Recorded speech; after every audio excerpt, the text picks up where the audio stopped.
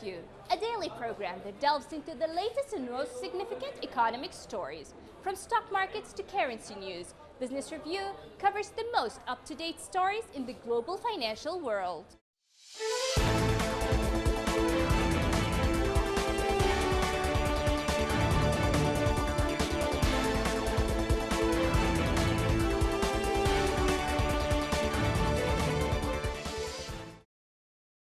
The Trump administration views May the 1st as a target date for relaxing stay-at-home restrictions across the United States. Food and Drug Administration Commissioner Stephen Hahn said on Sunday, April the 12th, but he cautioned it was still too early to say that the target would be met. President Donald Trump said he will soon be announcing a second coronavirus task force, creating a council to focus on reopening the country after the worst pandemic passes. The council is expected to include Treasury Secretary Steven Mnuchin and the White House Senior Economic Advisor Larry Kudlow, among others.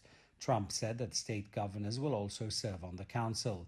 The Republican economist Art Laffer, who has presented a plan to jumpstart the economy to White House officials and has been a mentor to Kudlow, is also thought to be under consideration. Trump's original coronavirus task force, which includes health experts Dr. Anthony Fauci and Dr. Deborah Birx, is devoted to slowing the spread of the virus as well as finding drugs to treat the illness and a vaccine.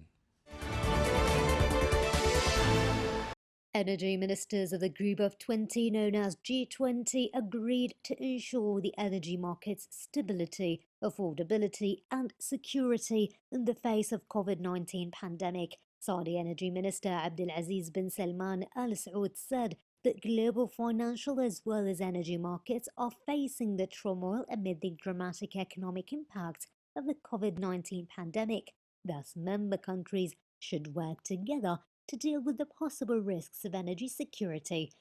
Besides, Russian Energy Minister Alexander Novak advocated the G20 to set up a special committee to monitor and coordinate cooperation in the global energy market.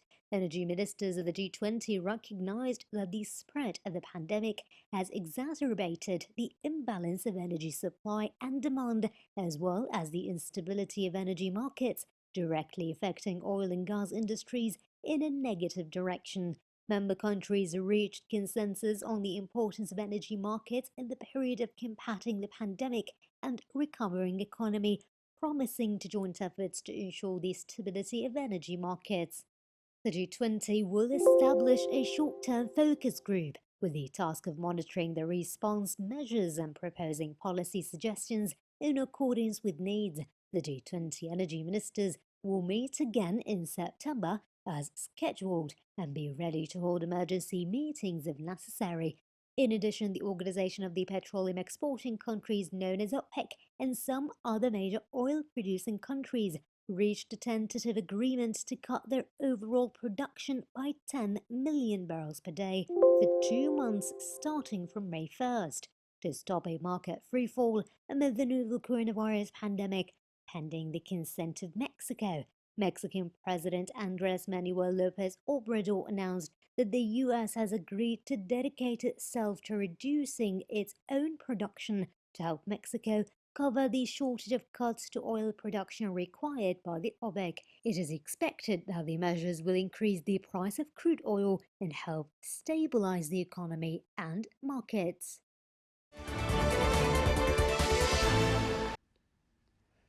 The Indian government is mulling measures to boost its economy as the country is experiencing the impact from the pandemic on its retail industry, civil aviation and tourism.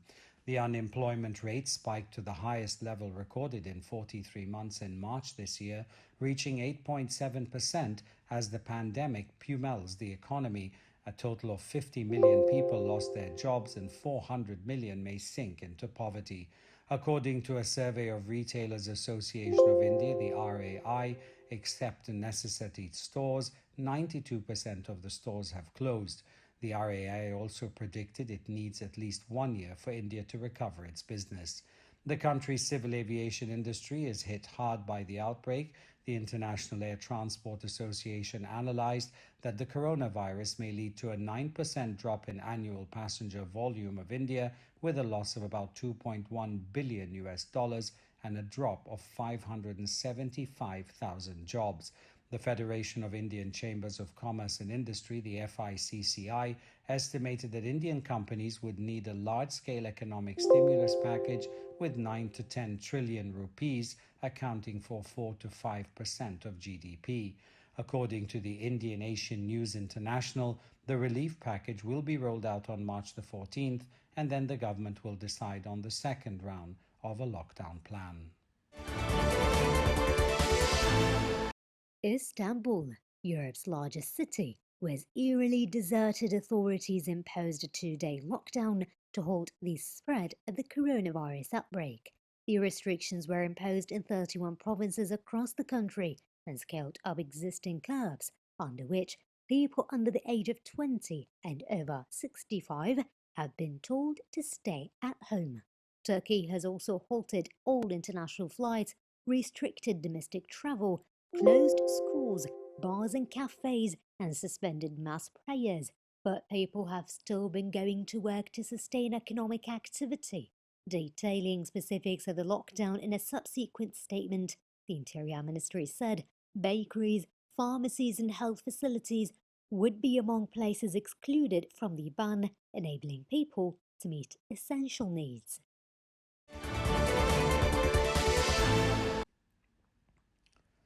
The U.S. President Donald Trump has said he had agreed to help Mexico contribute to global oil output reductions in a surprise move that could break the impasse over a major round of cutbacks aimed at stabilizing crude prices. The Mexican President, Andrés Manuel López Obrador, said earlier that U.S. cuts would amount to 250,000 barrels a day, but President Trump said details were still being worked out. Speaking in Washington, Trump said the cuts would depend on the approval of other oil-producing nations and said Mexico would reimburse the United States at a later date. During talks inside the OPEC Plus group, oil producers resolved to make cuts equivalent to around 10% of global supplies, but Mexico balked at the initiative. Oil prices have collapsed under the combined pressure of a price war and devastating economic impact of the coronavirus. Trump had previously warned Saudi Arabia that it could face sanctions and tariffs if it did not reduce production enough to help the U.S. oil industry. Unlike countries such as Mexico, with a state-controlled oil company that allows the government to dictate production cuts, U.S. oil producers are private companies, and government-mandated output cuts would require coordinated reductions. Global output cuts that stabilize prices are likely to provide some relief to U.S. shale producers, some of which risk being pushed out of the market unless prices recover.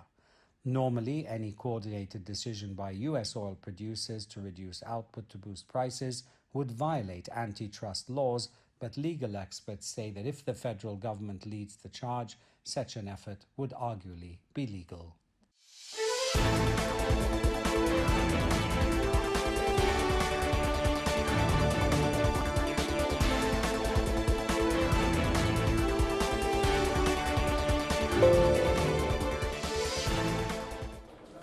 Business Review, your daily source for the most critical stories in the financial world. Tune in next time for the latest financial news impacting the world economy.